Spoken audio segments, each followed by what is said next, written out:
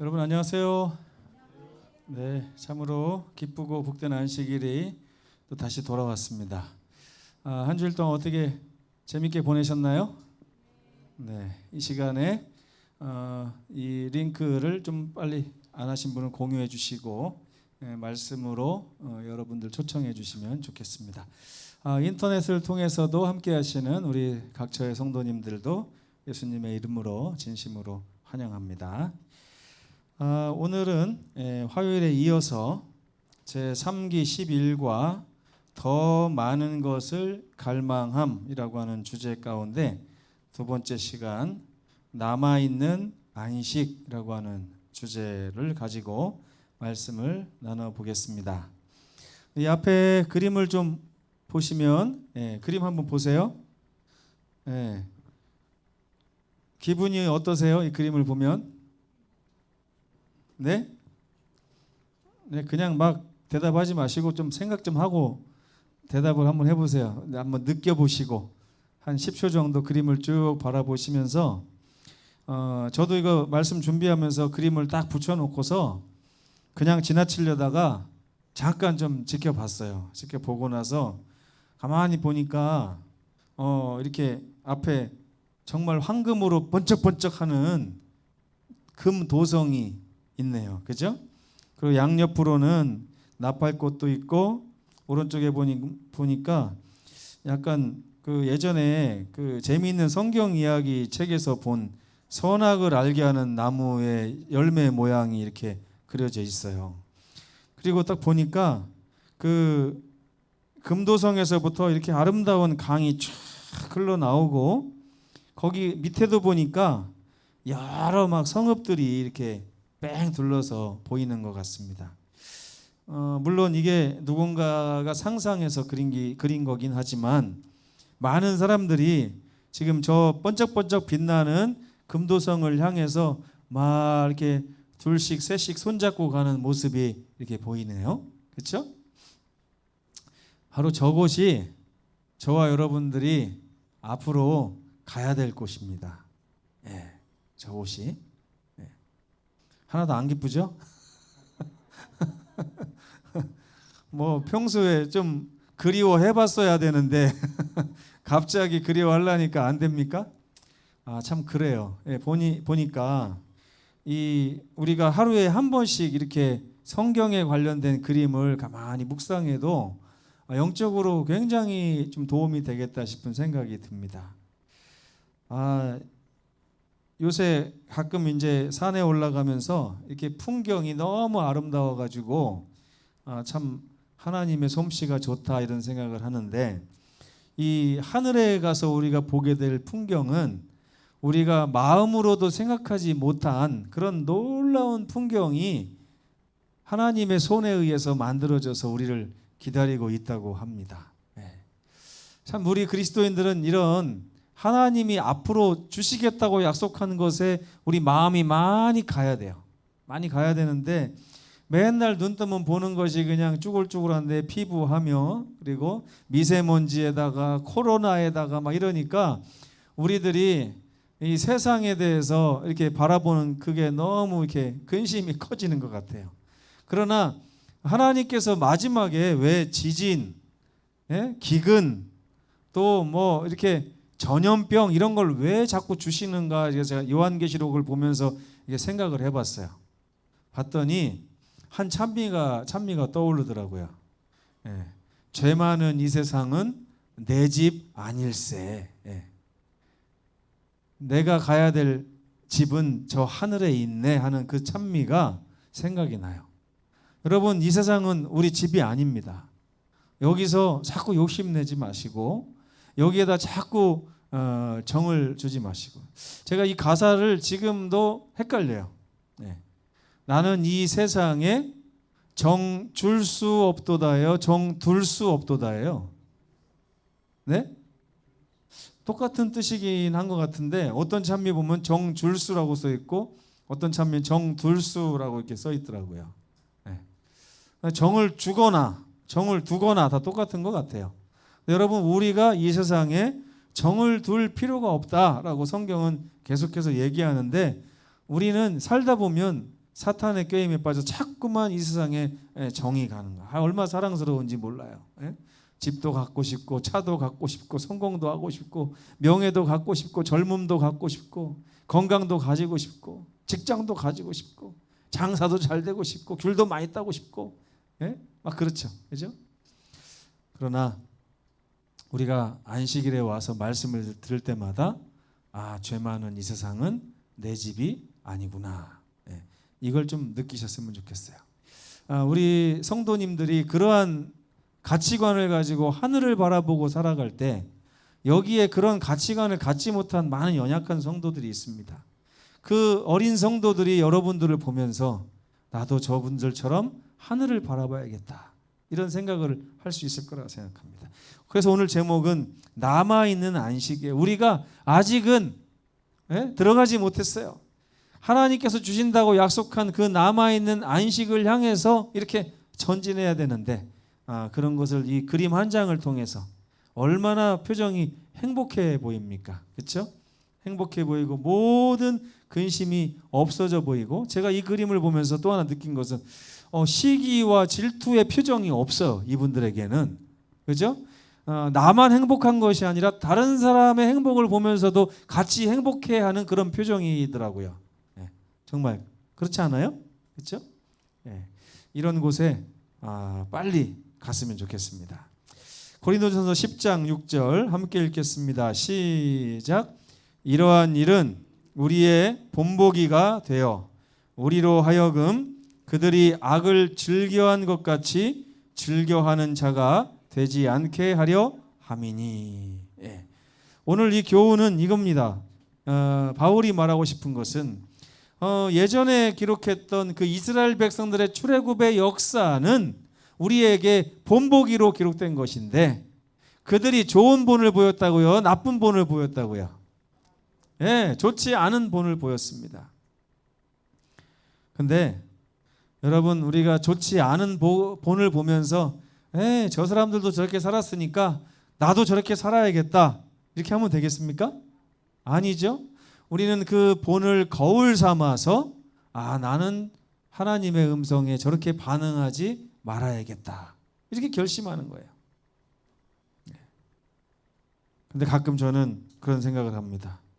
어떻게 우리는 그 옛날 이스라엘 백성들과 이렇게 꼭 빼닮았을까? 이렇게 판박이처럼 닮았을까? 그들이 하는 짓을 왜 오늘 우리도 똑같이 하고 있는 것일까라고 하는 생각도 해보게 됩니다. 11과의 제목은 더 많은 것을 갈망한다고 하는 것인데, 이번에 주제는 뭐예요? 성경에 나오는 여러 기록이나 사건이나 어떤 예시 같은 것들은 전부 다 그거보다 훨씬 더 크고 중요하고 거룩한 것을 묘사하기 위해서 나타낸 모형이자 표상 같은 거라고 지금 이번 주에 배우고 있습니다. 첫 번째로 우리가 화요일에 배운 것은 출애굽 사건이었어요. 근데 여러분, 이 교과의 그 일요일 소지 제목이 뭐냐면 저기죠.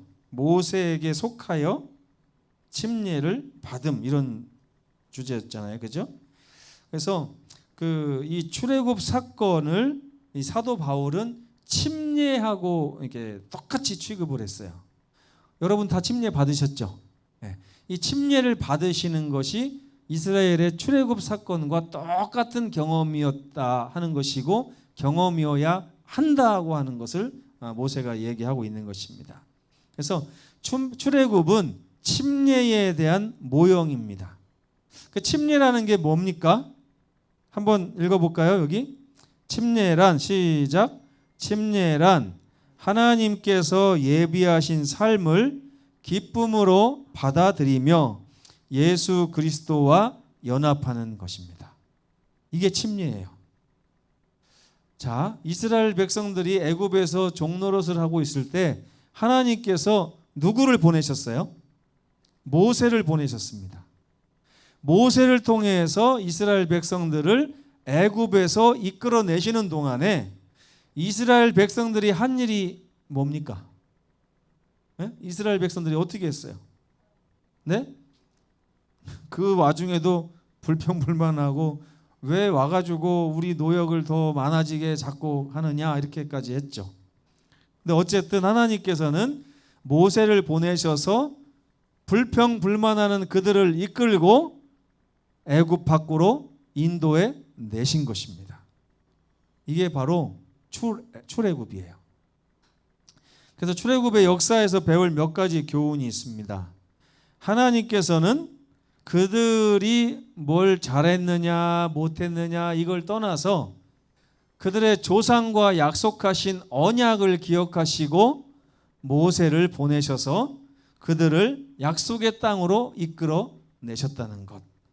두 번째는 그들은 모세에게 속해서 애굽을 나왔다는 것입니다. 모세에게 속해서 홍해를 건넌 것이에요. 그들이 잘해서 홍해를 건넌 게 아닙니다. 모세가 하나님께 간구했을 때 하나님이 모세를 통해서 홍해를 갈라주신 거예요. 결국 이스라엘 백성들이 애굽을 나온 것은 누구의 공로를 통해서입니까? 모세의 공로를 통해서고 모세 덕분이라고 할 수가 있어요. 그리고 그들은 광야에 있었지만 낮에는 구름 기둥, 밤에는 불 기둥의 보호를 받아서 이끌림을 받았습니다.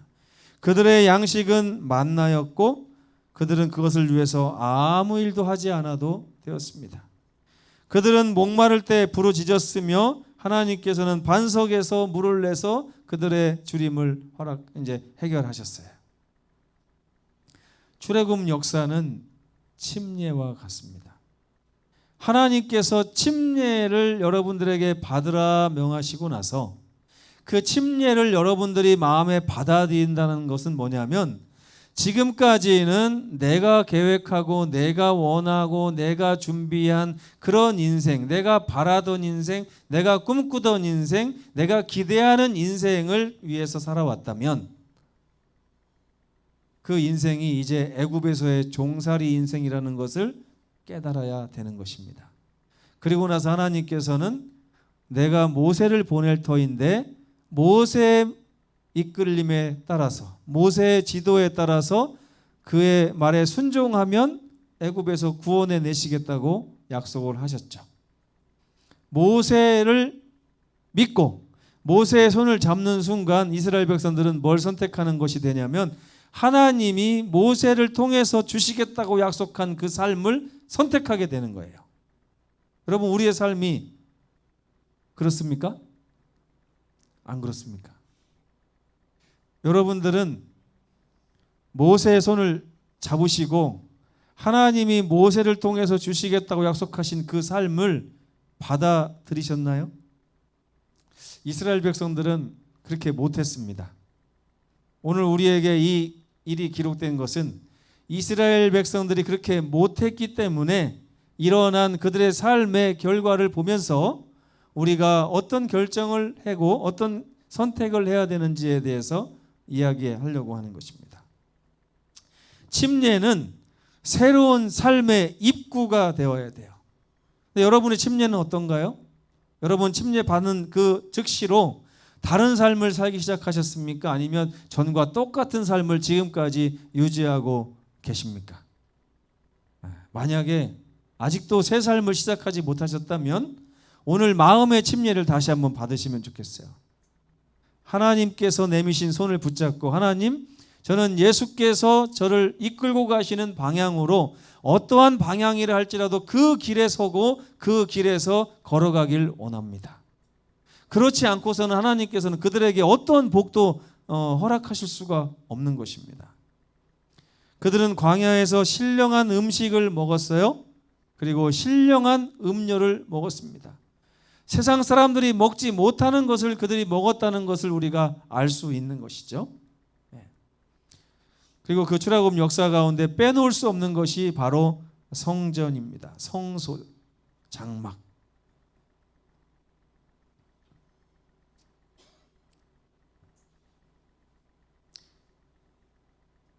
희생제도와 그리스도의 보혈. 아까 출애굽은 침례를 나타낸다고 그랬죠. 근데 그 이스라엘 백성들이 광야 40도 바르고 붓고 휘장에 뿌리고 하는 일을 했습니다. 그러면서 많은 이스라엘 백성들이요, 그걸 하면 하나님께서 자기들을 구원해 주신다고 생각을 했어요. 마치 우리가 교회 열심히 나오면, 아침마다 말씀 읽으면, 전도 열심히 하면 하나님께서 우리를 구원해 주시겠지 하는 것처럼 이스라엘 백성들은 그 일을 통해서 하나님께서 자기들을 구원하신다고 생각을 했어요. 그러나 오늘 분명히 우리가 배울 점은 뭐예요? 그것은 표상이지 실체가 아니라는 거예요. 표상일 뿐. 그 모든 의식이나 희생 제도가 나타내는 것이 있었어요.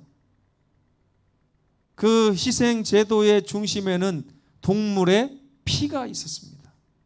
그들은 아주 흠없고 점없는 양을 택해서 그 자기의 죄를 그 양에게 전가시키기 위해서 그 양을 죽이고 그 양의 피를 대신 제단에 뿌리고 붓고 바르고 살르고 자기의 모든 죄가 양에게로 갔고 그 양의 피는 그대로 제사장의 손에 들려서 지성소 앞에 휘장으로 가서 휘장에 탁 뿌려졌습니다. 1년에 한 번 대속죄일에 하나님의 능력으로 휘장이 깨끗게 함을 입었어요. 그리고 나서 그 아사셀 염소에게 모든 휘장의 죄를 갖다가 안수를 하고 아사셀 염소를 광야로 내쫓는 장면이 나옵니다. 그걸 통해서 이스라엘 백성들은 뭘 깨달았어야 되냐면, 언젠가 하나님이 약속하신 그 어린 양께서 오셨을 때 그 어린 양의 피가 흘려지고 그 어린 양의 피에 나의 죄가 묻어서 정말 속죄되고, 그리고 결국에는 예수님의 죽음을 통해서 우리의 죄가 완전히 대속된다는 사실, 이 피의 효능을 예수님의 생명값과 바꾸는 그 의미를 알아야 되는데 이스라엘 백성들은 그것을 몰랐습니다. 희생제도는 우리를 위해 죽으시고 중보하시는 어린 양이자 제사장이신 예수님을 나타내주는 표상이자 모형이었던 것입니다. 오늘 배울 세 번째 또 예시는 바로 이스라엘 백성들이 애굽에서 나옴과 동시에 약속받은 게 있어요. 그게 뭡니까? 젖과 꿀이 흐르는 가나안 땅이었어요. 젖과 꿀이 흐르는 가나안 땅. 그들은 애굽의 종살이와는 비교할 수조차 없는 젖과 꿀이 흐르는 가나안 땅을 약속받고 애굽을 나온 것이고, 그 땅에 도착하기 전에 잠시 광야길을 걸을 수밖에 없는 그 와중에 경험을 한 것입니다.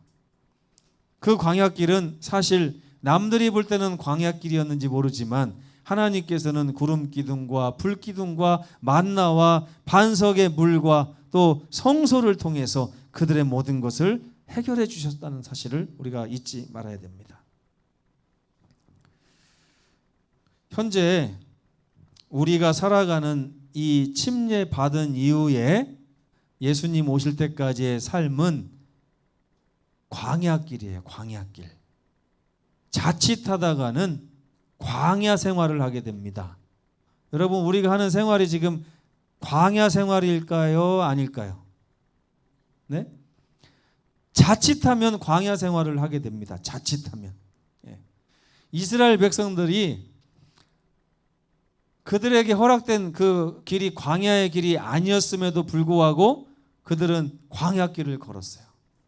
조금만 지나가면 고기가 먹고 싶고, 조금만 지나가면 목이 마르고, 조금만 지나가면 불평이 나오고, 애굽에 맛있는 것들이 생각나고, 이런 인생을 살았습니다. 그러나 그들이 가야 될 그 땅, 그들이 영원히 살아야 될 땅이 그 땅이었어요? 그 땅이 아니었어요.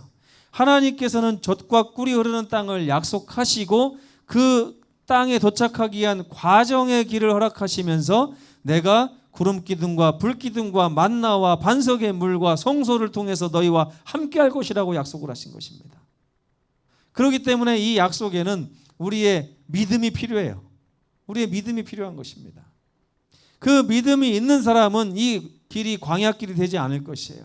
만나를 먹으면서 감사할 수 있고 반석의 물을 마시면서 세상의 어느 민족이 바위에서 나온 이 신선한 물을 먹을 수 있으랴.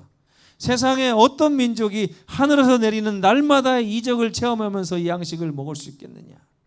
세상의 사람들은 자기들이 손으로 마련한 양식을 먹고 살았지만 이스라엘 백성들은 하나님이 주신 양식을 먹고 살았습니다. 세상의 많은 사람들은 자기들이 판 우물, 자기들이 발견한 샘에서 물을 길어다 먹었지만 이스라엘 백성들은 하나님이 터뜨려 주신 반석의 물을 가지고 먹고 살았습니다. 여러분 생각해 보세요. 여러분 지금 오늘 저녁 때 뭐 드시고 오셨습니까? 김복순 집사님 뭐 드셨어요? 개구리 반찬 드셨습니까?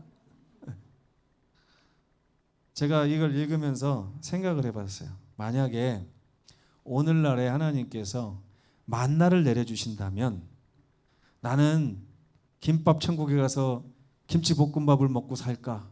아니면 만나를 먹고 싶어서 날마다 기다릴까? 하는 생각을 해봤습니다. 만약에 하나님께서 지금도 반석에서 물을 터뜨려 주신다고 그러면 나는 그 반석에서 나오는 생수를 먹고 살기를 원할까? 아니면 홈플러스에 가서 삼다수 사서 먹기를 원할까? 여러분 어떤 걸 원할 것 같습니까? 어떤 게 더 좋아 보여요? 네? 금방 대답이 안 나오는 걸 보니까 우리 확실히 이스라엘 민족의 후회 같습니다. 날마다 이적이잖아요. 아침에 딱 나가면 요 앞에 저희 마당이나 저쪽 숲에 가시만한 만나가 쫙 떨어져 있고 그걸 주워다가 먹으면서 아이들하고 하나님께서 오늘도 주신 음식을 봐라. 이게 얼마나 세상 사람들은 밭에서 난 밀과 보리와 쌀을 먹고 살지 우리는 만나를 먹고 살지 않느냐.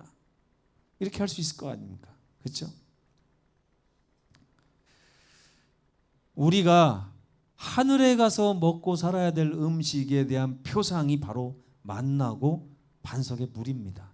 우리는 하나님께서 제공해 주시는 걸 가지고 영원토록 먹고 살도록 계획된 존재들이에요.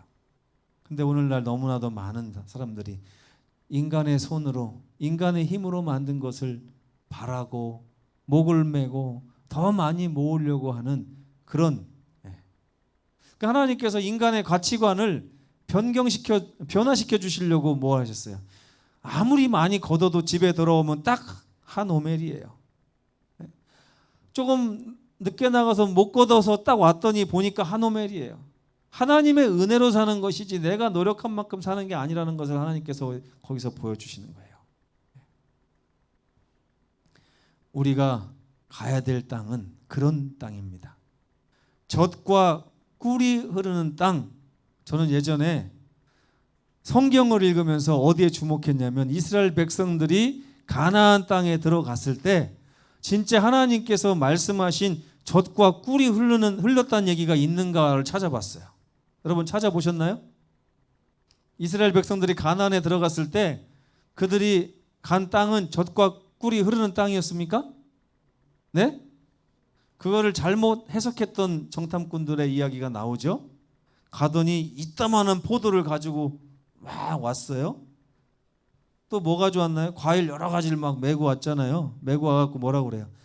과연 그 땅은 하나님이 말씀하신 대로 젖과 꿀이 흐르는 땅이더이다. 아니에요. 하나님이 그거 얘기하신 거 아니거든요. 하나님이 말씀하시는 젖과 꿀의 특징은 뭐냐면 이 젖을 줘도 누가 주신다는 얘기예요? 하나님이 주신다는 얘기예요. 꿀을 줘도 누가 주신다는 얘기예요? 하나님이 주신다는 얘기예요. 그래서 하나님이 그들을 먹이는 젖과 하나님이 그들을 먹이는 꿀이 흐르는 그 땅에 너희를 이끌고 가겠다고 하는 뜻인데 이스라엘 백성들은 거기서 하나님은 쏙 빼놓고 과연 젖이 어디 흐르는가? 꿀이 어디 흐르는가? 여러분 요즘에 이런 신앙하시는 분들 많아요. 이 교회 와가지고 도대체 하나님이 나에게 꿀 주신다고 했는데 꿀이 어딨나? 하나님이 나에게 젖 주신다고 젖이 어딨나? 나는 왜 믿는데 이거밖에 못 사나? 왜 나에게 축복이 안 오는가? 아니에요. 그건 잘못된 신앙입니다. 하나님께서 젖과 꿀이 흐르는 땅으로 인도하시겠다는 얘기는 이 광야 생활을 통해서 우리가 힌트를 얻을 수 있어요. 하나님이 아무것도 없는 광야에 왜 그들을 이끌고 갔겠습니까? 하나님이 아니면 그들은 40년 동안 광야에서 살 수가 없어요. 그게 아주 정상적인 관점 아닙니까? 근데 아무것도 없는 그 땅에서 하나님께서 젖이 흘러나게 하셨어요? 꿀이 흘러나게 하셨습니까? 매일 풍성한 만나가 내렸고 신선한 물이 내렸고 메추라기가 날라왔어요. 여러분, 얼마나 하나님께서 그들을 먹이시고 입히시는 장면. 그들의 신발은 헤어지지 않았습니다. 그들의 옷도 헤어지지 않았어요.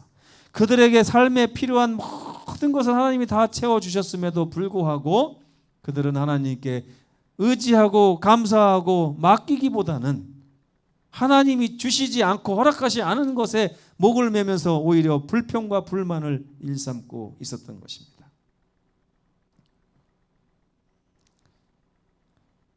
젖과 꿀이 흐르는 땅은 바로 하나님이 주관하시는 땅입니다.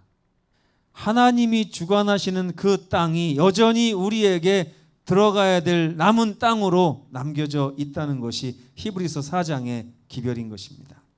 이스라엘은 성공했나요? 실패했나요? 그들은 실패했습니다. 히브리서 4장 2절에 보면 그들과 같이 우리도 똑같은 복음을 받은 자들이나 들은 바 그 말씀이 그들에게 유익하지 못하게 되는 것은 듣는 자들이 믿음하고 결부시키지 못했기 때문이다. 여호수아와 모세가 그들에게 하나님이 약속하신 그 참 안식을 줄 수 있었나요? 없었나요? 없었죠. 저는 예전에 여호수아와 모세에게 문제가 있다고 생각을 했어요. 예수님만 할 수 있는 일인데 모세는 할 수 없었구나. 여호수아는 할 수 없었구나. 이렇게 생각을 했던 거예요. 근데 히브리서 4장 2절에 보니까 그들이 안식을 얻지 못한 이유는 지도자인 여호수아에게 약점이 있어서가 아니었습니다. 그들이 안식을 얻지 못한 이유는 지도자인 모세의 약점 때문이 아니었어요. 그들이 안식을 얻지 못한 유일한 이유는 그들이 똑같은 복음을 듣고도 들은 바 그 말씀에 유의하지 못한 것입니다. 믿음과 결부시키지 않은 거예요. 하나님이 약속하신 말씀을 순종하지 않고 믿지 않고 의심하여 자기의 생각을 따라갔기 때문에 그들에게 약속한 안식을 차지할 수 없었다고 성경은 분명히 이야기하고 있는 것입니다. 이번 교과에 이제 수요일 소지에 가보면 너희가 그의 음성을 듣거든 이런 말씀입니다.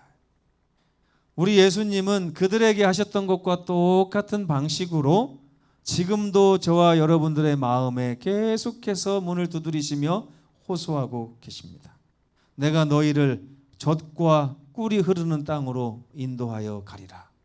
나를 믿고 내 손을 붙잡고 내가 계획하고 내가 너희에게 주겠다고 한 그 땅으로 함께 가겠느냐? 여러분 어떻게 대답하시겠어요? 오늘날 너무나 많은 이들이 예수님 안에서 주어진 이 구원의 실체를 아직도 경험하지 못하고 있는 것 같습니다. 이스라엘 백성들은 약속된 가나안 땅에 들어갔음에도 진정으로 하나님이 말씀하신 젖과 꿀이 흐르는 땅을 경험하지 못했어요. 왜냐하면 그들은 불순종을 통해서 불신을 통해서 하나님의 축복을 계속해서 외면했기 때문에 그렇습니다. 오늘 여러분은 어떠신가요? 우리는 하나님의 축복을 외면하지 않으십니까? 하나님께서 무엇을 우리에게 주시려고 하는지 그것을 잘 알 필요가 있어요. 그리고 나서 그것을 여러분이 진정으로 바라는지 바라지 않는지를 솔직하게 생각해 볼 필요가 있습니다. 그리고 나서 마음의 결심이 서시면 하나님 앞에 완전히 나아가서 그분의 손을 붙잡고 아버지, 지금까지의 제 삶을 내려놓겠습니다. 이제 주님께서 약속하신 땅으로 저를 이끌어 주시기를 원하오니 제 손을 붙잡고 저를 이끌어 가시옵소서. 하나님은 그들에게 이렇게 말씀하십니다. 오늘 너희가 그의 음성을 듣거든 너희 마음을 완고하게 하지 말라. 언제요? 오늘입니다. 오늘. 제가 목회 나오기 전에 제일 싫어하는 성경 말씀이 이거였어요. 오늘. 바빠 죽겠는데 하나님은 자꾸 오늘. 또 한참 지나서 보니까 어떤 생각이 들어요? 그때 아니어도 됐구만 이런 생각이 들더라고요. 진짜 그렇지 않아요? 만약에 오늘이 그날이었다면 그 이후에는 기회가 없었어야 맞잖아요. 그렇죠? 그래야 제가 후회하면서 그날이었는데 내가 진짜 그걸 몰랐네, 놓쳤네 이렇게 할 텐데 한참 지나서 보니까 꼭 그날이 아니어도 하나님께서 저를 이곳까지 인도하셨더라고요. 근데 왜 하나님께서 자꾸 오늘 그러실까요? 오늘. 이유가 뭘까요? 네? 왜 그러냐면요. 여기 계신 분들 중에 누군가는 그 오늘을 놓칠 분도 있기 때문에 그렇습니다. 누군가는 오늘 놓치더라도 다음 주나 그 다음 주나 내년이나 후년에 또 기회를 갖고 놓치지 않을 그 기회를 잡을 분도 계시지만 이 시간에 누군가는 오늘 그 기회를 잡지 않음으로 인해서 모든 것을 잃어버릴 분이 계시기 때문에 하나님께서 이렇게 얘기하시는 거예요. 그리고 나서 제가 또 오늘을 묵상해 보니까 이런 생각이 들더라고요. 그렇지만 보다 더 일찍 그걸 붙잡았더라면 내가 얼마나 더 좋았을까 하는 생각도 하게 됩니다. 저보다 나이는 어리지만 벌써 목회의 길을 많이 간 그 아우들이 있고 어떤 친구들은 일찍 결혼해서 벌써 애들이 대학 가서 편하게 살기 시작하는데 그런 걸 볼 때마다 제 인생을 보면서 헛된 시간을 이렇게 빙빙 도는 시간이 있더라고요.